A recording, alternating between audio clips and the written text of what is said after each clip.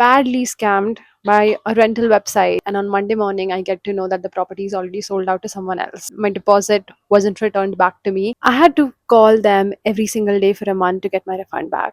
It had no windows, no bed, no wardrobe, nothing. I'd never imagined that a website so big would do that to me. Hey guys, welcome back to another video. In today's video, we're going to be talking about how to find cheap and affordable accommodations in Melbourne. Before we begin with the video, I just want to clear something that would make your choice of accommodation so much easier. So the properties that are in the city tend to be very expensive, and they are usually really small. The bills are usually separate and the demand is insane. While the properties that are in the suburbs are so much bigger and larger, and the demand is quite low while the costs are also very low. And oh my god, it's the start of summer when you start seeing spiders in Australia. Anyways, we're first going to be starting with understanding what is on campus and off campus, because I'm assuming this video is going to be watched by students who have an option of living on campus as well. So many students like me are confused if they should opt for on campus or off campus. So we're going to get that first clear. Now, the number one benefit of staying on campus is that obviously it's going to be very close to the university, which means you would be attending more lectures and you'd be attending more events. Plus, it's also very easy to make friends since everybody there is going to be from your university. The bills are all included, so you don't have to worry about the bills. But saying that, the rent is going to be very, very expensive. The place is usually going to be very small, and you would have very less privacy because most of the rooms are going to be shared. And if you go for a studio apartment or a studio place, it's going to be very expensive. But the good part is that you don't have to rely on inspections, and there are literally no risks involved. Now, the benefits of staying off campus, like me, I've never stayed on campus because I find it too expensive. Plus, I didn't want to live in the city. There are a lot of benefits of staying off campus. Number one is that you get a lot of flexibility. You get flexibility of choosing what apartment or what house you want to live in. For example, you could choose if you want to live in a big house or if you want to live in a small apartment, or you can also choose between what suburb would you like to live in. Do you want to live close to the beach, or do you want to live close to the city?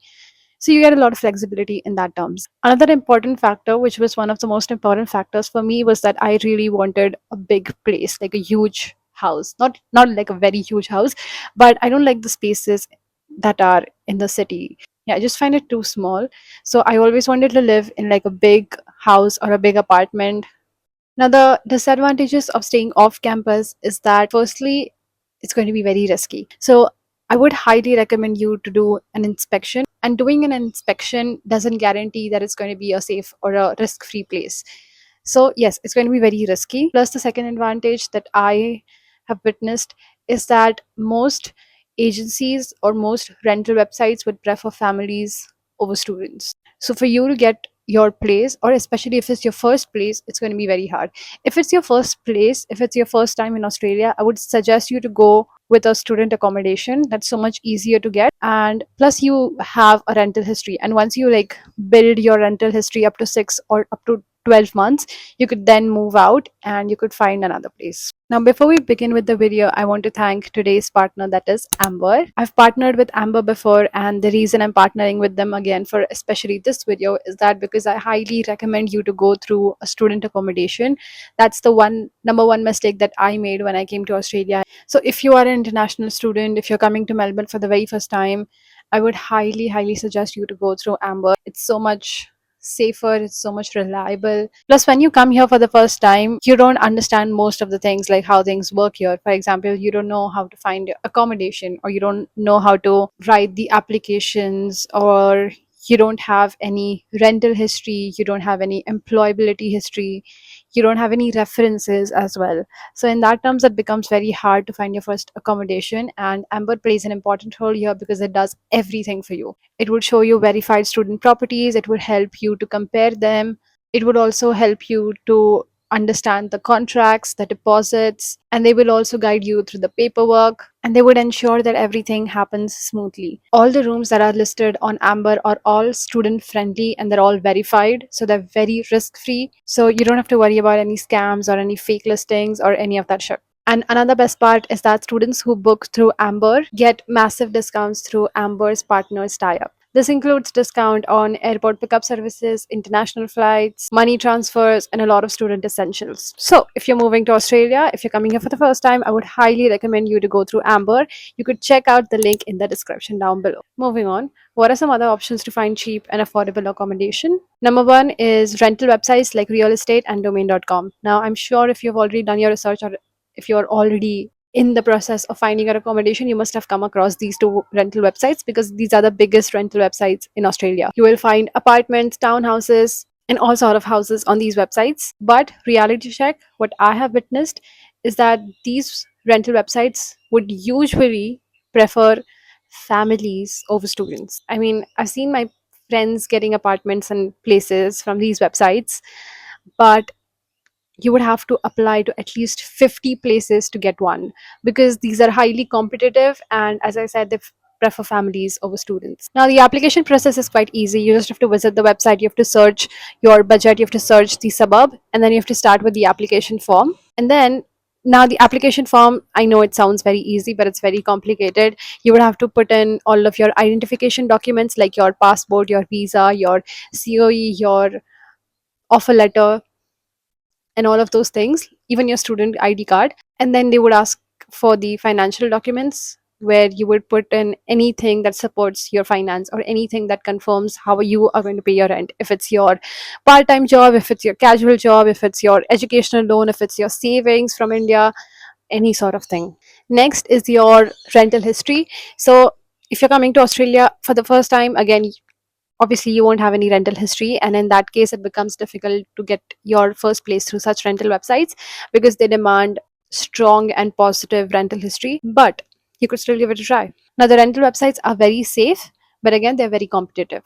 Moving on to number two, that is Facebook Marketplace. Now Marketplace is a very popular and a very student friendly and a very fine place to find cheap and affordable accommodations, although they are very risky. It's very easy to find places on Facebook Marketplace, and most of them are going to be lease transfers. It's very hard to get a new lease on Marketplace, is what I've observed. But if you're fortunate enough to find a place where the landlord is ready to extend your lease, even Marketplace is a good option. Now, finding a place on Marketplace is very easy. You just have to put in the name of the suburb and if you're looking for an apartment or a house, and then your budget, and you have to kind of play around with it. You cannot expect to have the fine results in just one search because listings are put up by normal people like you and me and not rental websites. These people are not agents, they're just regular people who have very basic knowledge of putting listings on the website. So you'd really have to dive deep into understanding how people actually put listings, and you need to understand what keywords would come handy for you. And again, it can be very risky because these are not authorized, verified rental websites. These are just people like you and me. So overall, it's a good platform, but very risky. Number three is Flatmates. I haven't used Flatmates ever. Now, Flatmate is a purely roommate finding website. If you are somebody who is willing to share a room with a strange person, then I think Flatmates is the right place for you. Marketplace is also a good place in case if you are willing to share your house with somebody else. But I think Flatmates is a better option in that case because that website has a very different approach. Flatmates is majorly just about sharing rooms. So if you're fine with that, I'd suggest you to go through Flatmates, then Marketplace. The next option is WhatsApp groups. That is how I found my first apartment in the city. So a group of people that were already friends approached me saying that, hey, we're just looking for a fourth tenant, would you care to join us? And I just joined them. That's how I found my first apartment. And basically these are some WhatsApp accommodation groups where people would put up their listings saying that I want to transfer the lease, or there's a short-term accommodation available in case if anyone is traveling back to their home country, or in case, or you could also advertise yourself saying that, hi, I'm a student at this university, I'm looking for a place, I'm ready to share my room, blah blah blah. That's how it works. In case if you guys want to join these groups, you could drop a mail to my mail ID and I would help you to join these groups. Now, all right, coming to my scam story. So I've been scammed not once but quite a few times, and the one time that I was badly scammed by a rental website, which is a very famous rental website. I don't remember the name, unfortunately. So I had booked this property that I really liked back when I was in India, and I really liked this property. I already paid my deposit, and on Monday morning, I get to know that the property is already sold out to someone else, and my deposit wasn't returned back to me. I had to call them every single day for a month to get my refund back.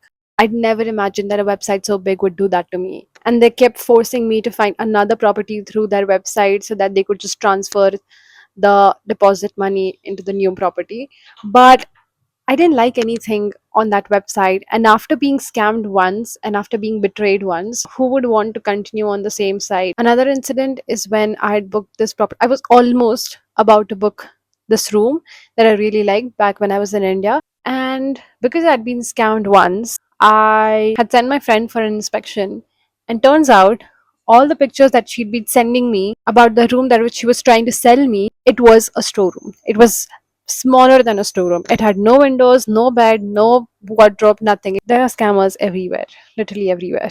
So just be very careful when you are booking your properties, and I would suggest please do an inspection. Yeah, thank you so much for watching this video. I hope you guys have learned something, and just be very careful. Thanks, Amber, for partnering with me for this video, and I'll see you guys in my next one. Bye.